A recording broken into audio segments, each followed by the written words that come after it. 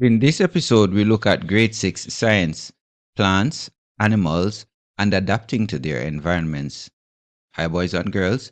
At the end of this week's lesson, you will be able to explain how some organisms are suited for their environment and complete at least 4 of the activities at the 8 learning centers. Over the years, as plants and animals interact with their environment, they are faced with many environmental conditions. To survive, they develop special body parts and behaviors that help them to live in difficult conditions.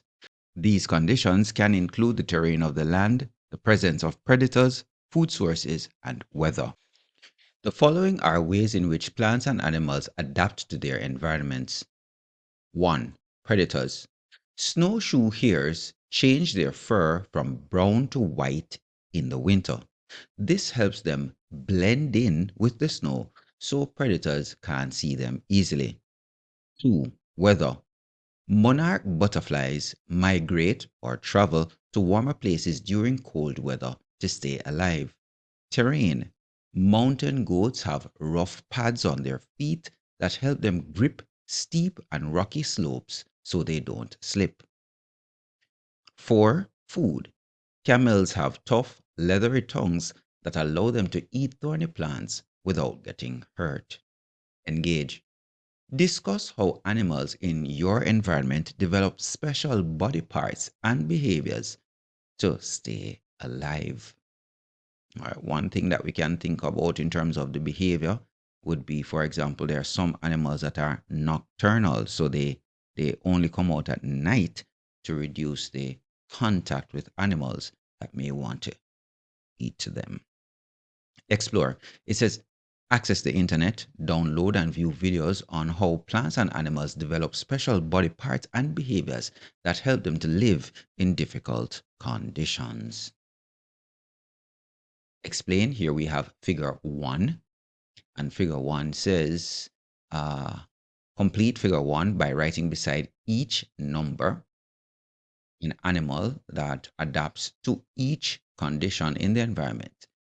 In groups, discuss how each animal develops special body parts or behavior.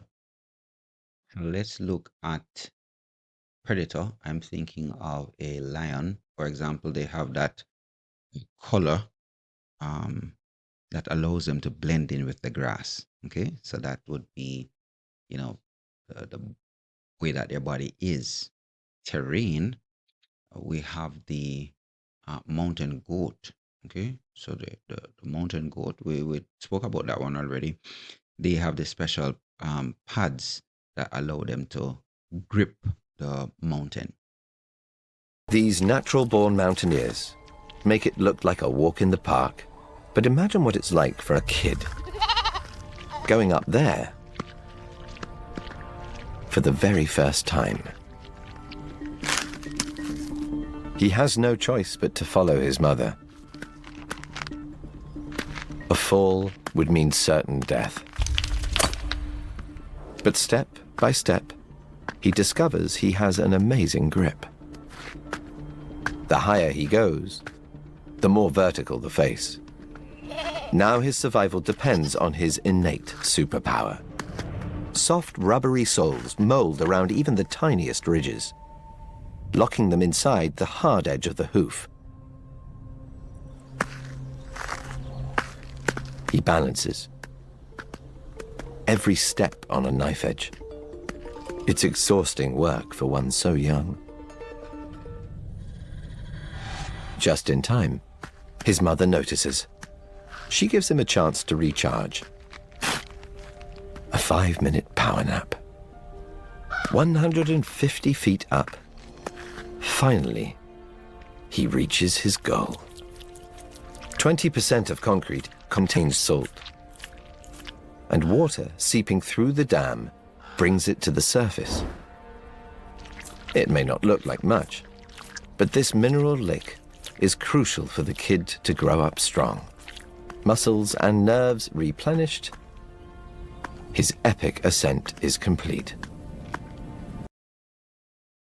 In terms of food, we can think of an anteater.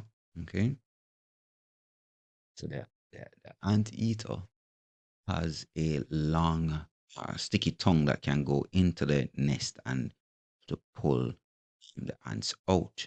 In terms of whether we can think of the polar bear, which has fur that will help it, and even the way hmm, the hairs are within the fur, I think they're translucent that allows uh, a light to pass through and to warm the body as best as possible. So, lion, goat, anteater, polar bear. Extend. Find out the names of two animals and two plants that change their body parts or how they act. Explain how they make these changes. Evaluate. Complete at least 4 of the activities at the 8 learning centers. Let's start with the word link from the Faye Ellington Center. Find information on how the Venus flytrap operates. Like 1, changes body parts to adapt to harsh conditions. That would be finding food in the environment.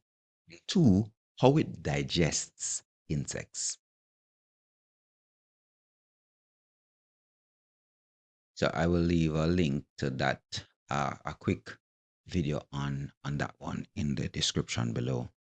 All right, so let's go to the video here. We have a little short, and it's on the Venus flytrap. Let's see.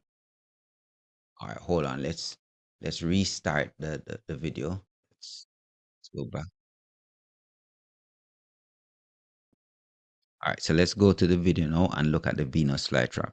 When a fly lands in a Venus flytrap, it disturbs these tiny hairs on the plant's leaves. And if the fly keeps doing this, it sends a signal to the leaves that make them rapidly close. Now this traps the fly in the mouth of the plant, and the edges seal off to prevent it from escaping. Then a digestive enzyme is secreted which breaks down the fly. And after a few days, the Venus flytrap will have absorbed its nutrients.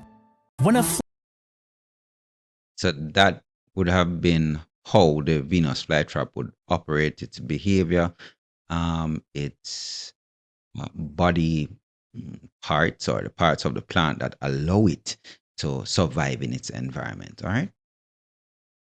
Let's go back. So that would be the Faye Ellington word link center there. Let's go to the Dr. Agri Irons Center self-link. Make a journal entry expressing your views on the changes plants and animals make to adapt to their environment. Let's go with the music link from the Jimmy Cliff Center. Write song lyrics highlighting 5 ways in which plants and animals change body parts to survive harsh conditions in the environment. Speaking of which, let's see if we can find the snow here. So snow here, changing color. All right, cool. Let's see if we can find that one. And okay, here's a good one. Let's go here.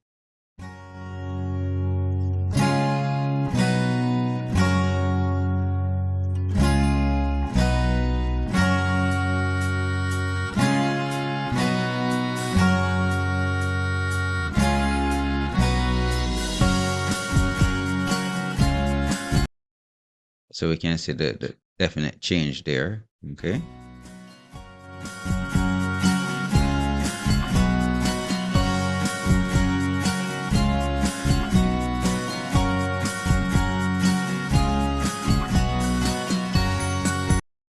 So you notice I said about the camouflage can't work without snow, right? You can clearly see that one would be clearly more obvious than the other. Okay, so one blends in better.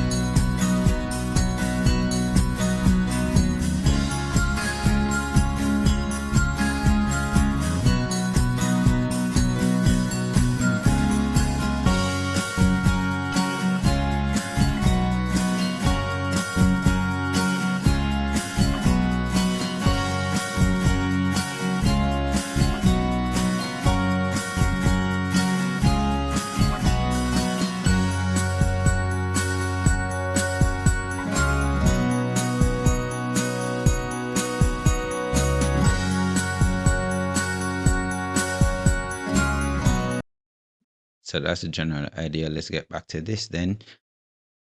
Picture link now from the Edna Manley Center. It says download and view images of plants and animals that develop special body parts or behaviors to help them live in difficult conditions. And you should create a carousel of these images. Body link from the Rex Nettleford Center. It says make a model of the Venus flytrap. On the inner surface of each leaf, place some sticky substance and 3 trigger hairs. Line the edges of the leaves with spikes. Make models of small insects tied to a string. Now, in groups, participate in a game where each player holds a string and tries to get most of the insect into the mouth of the model Venus flytrap. Allow the insect to escape before another student manipulates the leaves so that they shut when the model insect touches the hairs. The number link now from the Albert Einstein Center. National Geographic states that the water bear or moss piglet has the ability to survive in extreme heat and cold. That is, temperatures below minus 270 degrees centigrade or as high as 150 degrees centigrade. Question: what is the most likely result if water bear is placed in water before it reaches boiling point? Of course, they would be able to survive. Cool, because boiling point is 100 degrees. So if it reaches that before boiling point, they're good. So the social link now, the Mary Seacole Center, use a digital device to take pictures of the model Venus flytrap and then share these images in your class WhatsApp group. Nature link from the Dan Macaulay Center, find out how animals change their body parts or behaviors to survive in the tundra. All right, let's go to the water bear. Let's see if we can get that in. Here we go.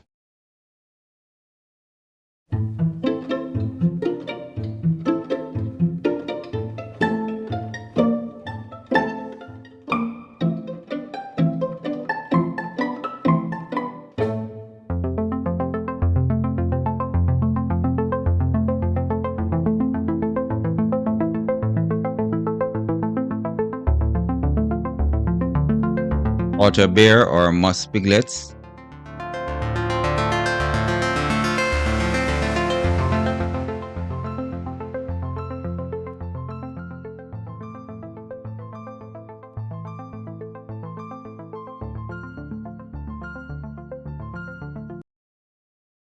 So you can continue. You see the name of the video here, and you can watch that in your own time.